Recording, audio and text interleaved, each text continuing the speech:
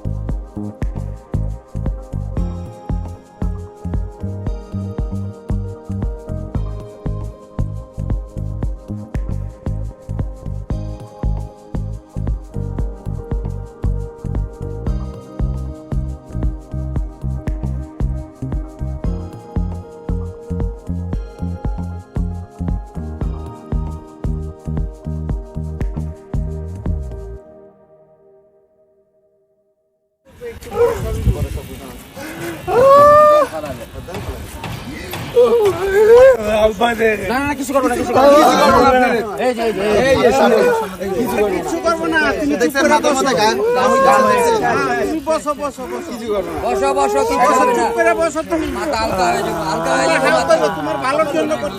মাথা হালকা হয়ে যাবে,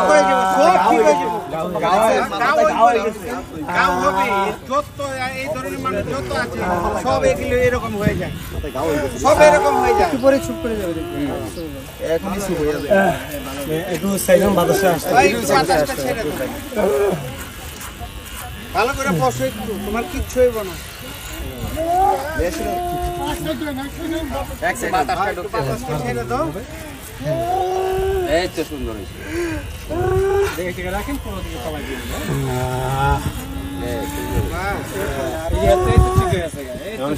প্রত্যেকটা মানুষের বেলায় এমন, প্রথমে কষ্ট দেয়, পরে আস্তে করে ঠান্ডা হয়ে যাবে।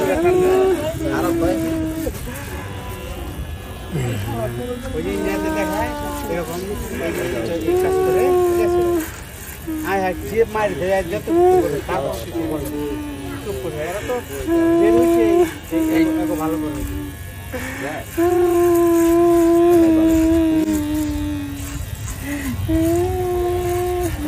ঘুমাইবো আরাম। এই গোসলটা করাই দিলে, জামা কাপড় পরাই দিলে একদম মনে হচ্ছে সিটিও ফিরাইতে পারে।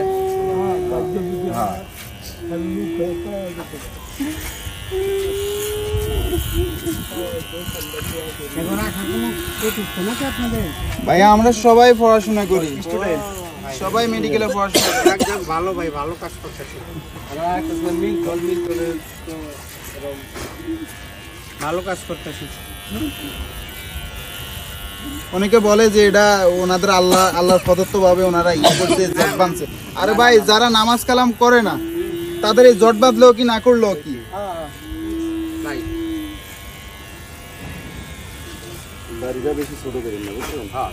না, দাড়ি কাটবো না তো।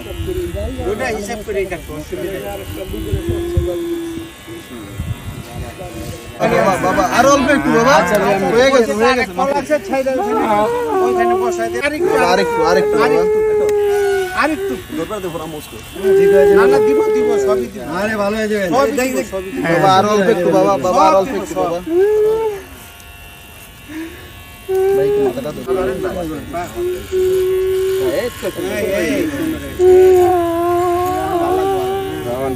আরো সুন্দর লাগবে তোমাকে।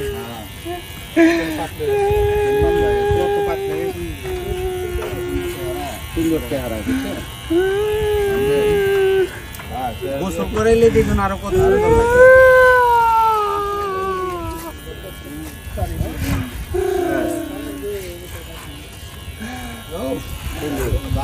লাগে। দেখো ভাব আছে, দেখো ভাব মতো করুক, অসুবিধা নেই। দেখো ভাব মতো এরা করুক।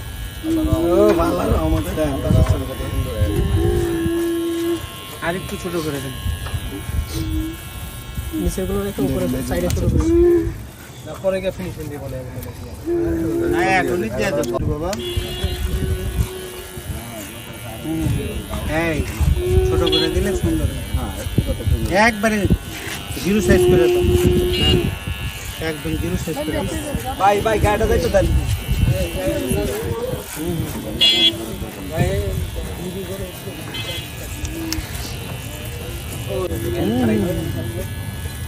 অনেক সুন্দর।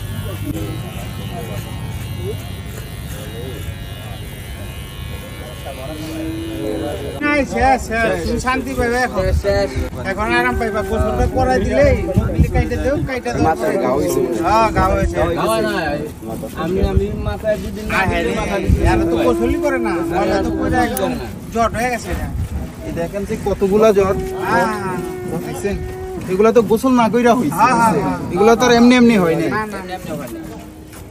এই নখগুলা দেখেন তো, আর না কিছু হইব না, তুমি কাটো, কিছু হইব না, কাটো কাটো কাটো কাটো। নখের অবস্থা দেখছেন?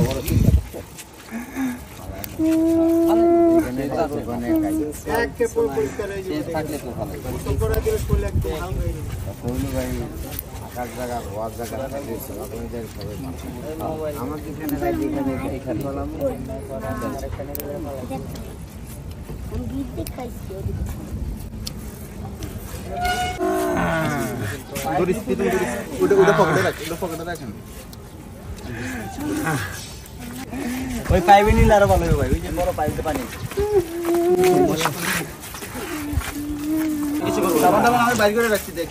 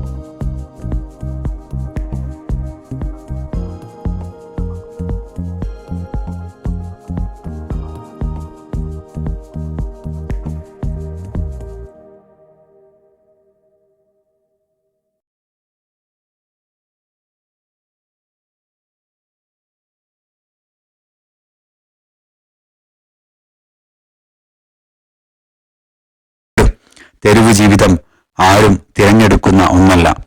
അത് ഒരു ദുരന്തമാണ്, ഒരു ശാപമാണ്. പലപ്പോഴും വ്യക്തിപരമായ തെറ്റുകൾ കൊണ്ടല്ല, സാഹചര്യങ്ങളുടെ സമ്മർദ്ദം കൊണ്ടാണ് അവർ ഈ അവസ്ഥയിൽ എത്തുന്നത്. വീട്ടിൽ നിന്നുള്ള പുറത്താക്കൽ,